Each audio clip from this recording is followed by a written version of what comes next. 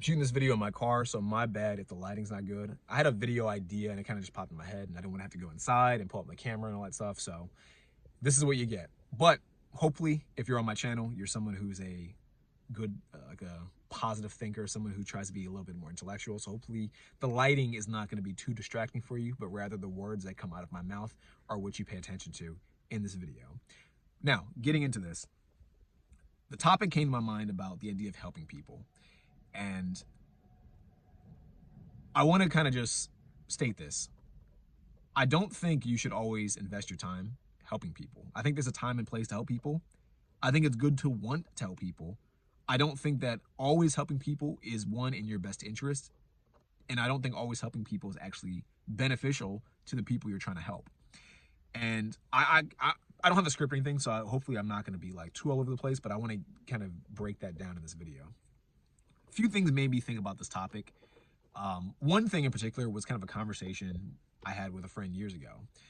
Friend of mine, she was trying to go to law school. She was trying to pay her way to get into law school. And I asked her, I was like, why do you want to get into law school?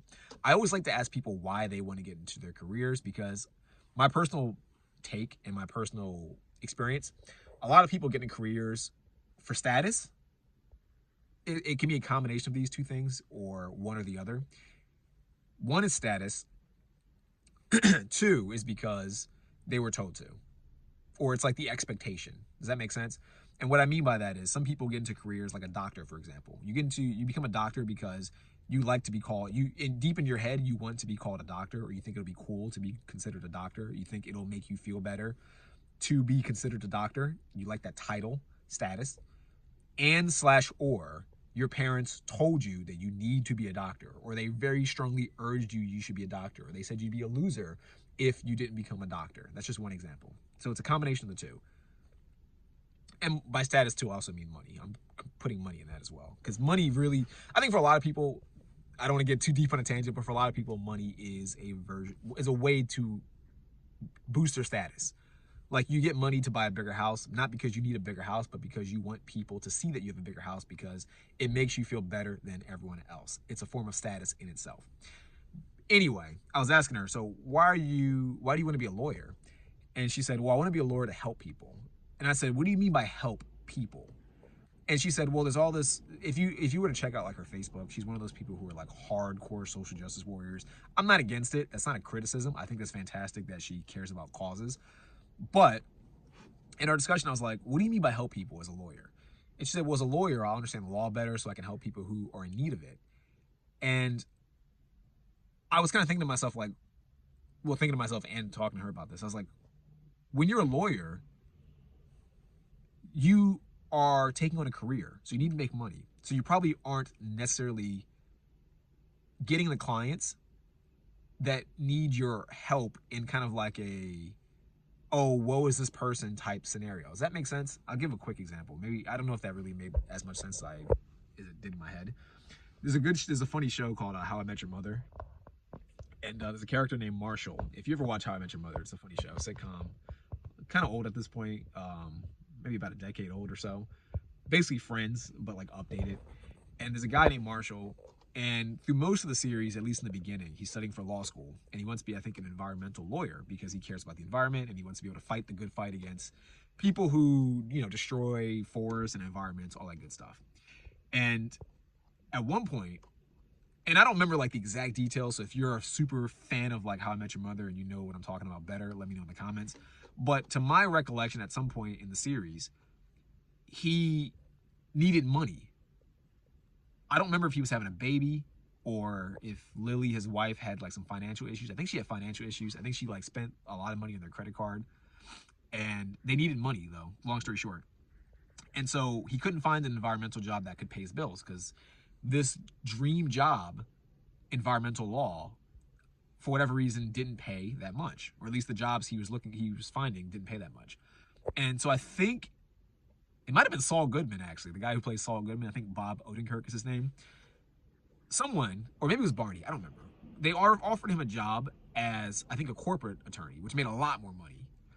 And he didn't want to do it because he saw them as like the bad guys. Like corporate attorneys are bad guys. They're not helping people really. They're just helping like big companies stay big or get bigger or knock down small and upcoming companies. But he was put in a position where he had no choice but to take that job because he needed money and he was a lawyer, and his buddy was like, hey, I got this job offer. You're perfect for the job. Like, you need money. Like, this, it should be a easy yes.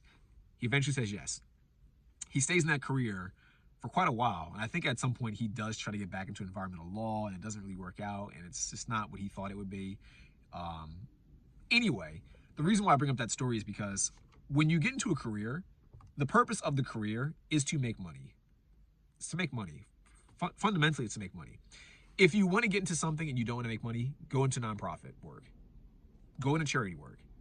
Now, the problem with charity work and the problem with nonprofit work is because they don't have money, and this is kind of me getting to the point of the whole video.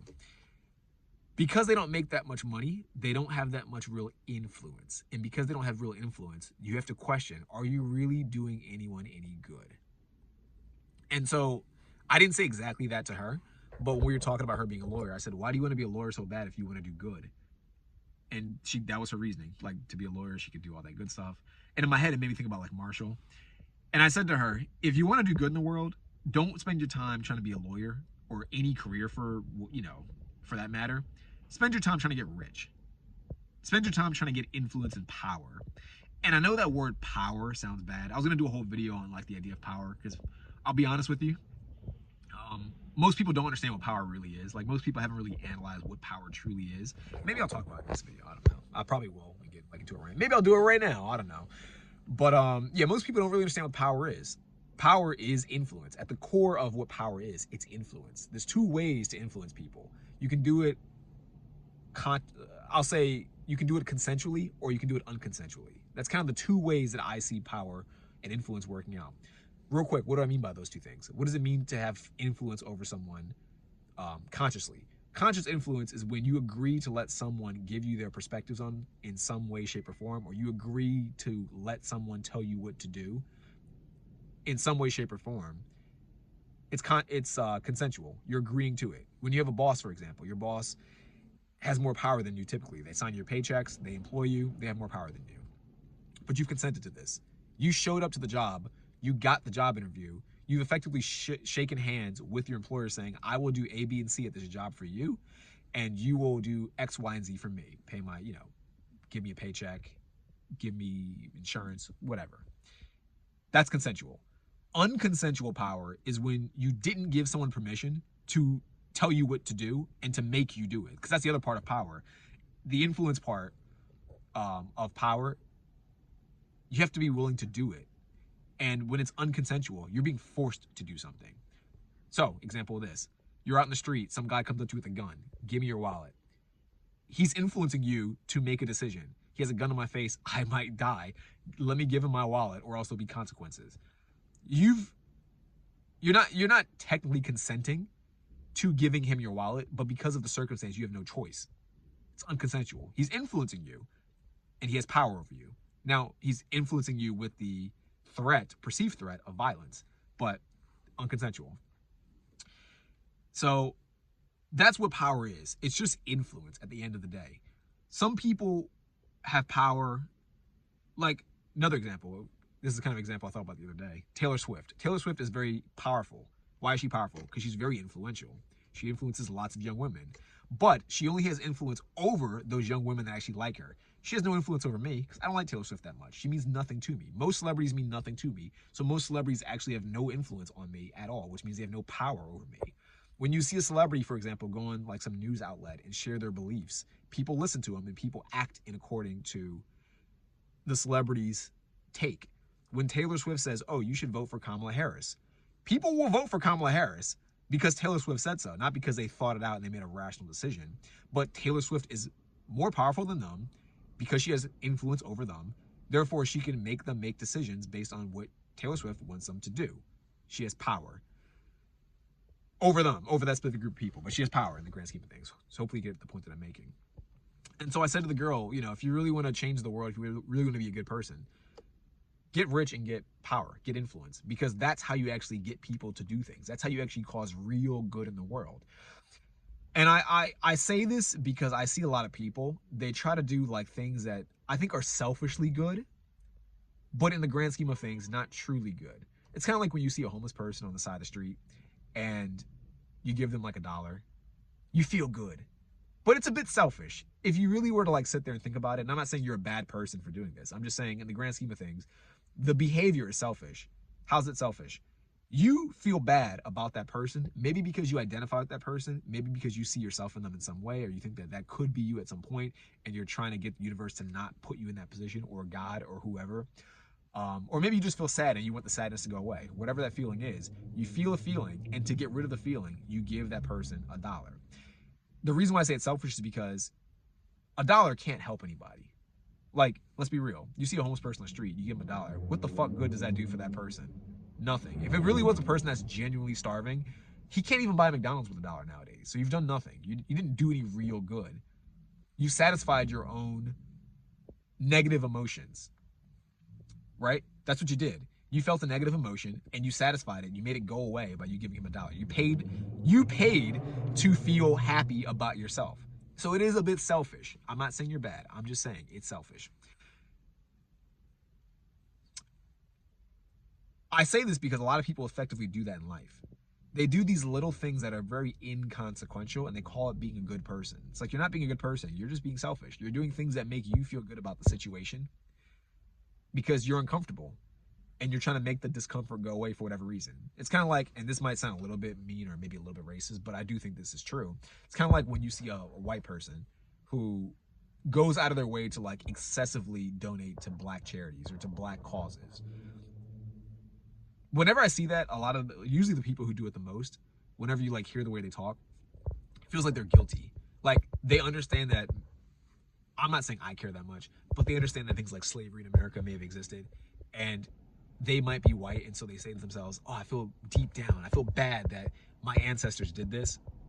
And I feel bad when I see black people not in the same position. So I'm relieving myself of that guilt little by little by donating to these exclusively black causes, exclusively to the children in Africa who are starving, despite there being starving children all over the world who are of different ethnicities and of different races in different parts of the world. They're, starving Asians, they're starving Hispanic people, they're starving Latin American people, they're starving people all over the world. It's not just black people, but black people tends to be the primary race and the primary demographic that these specific people target to help.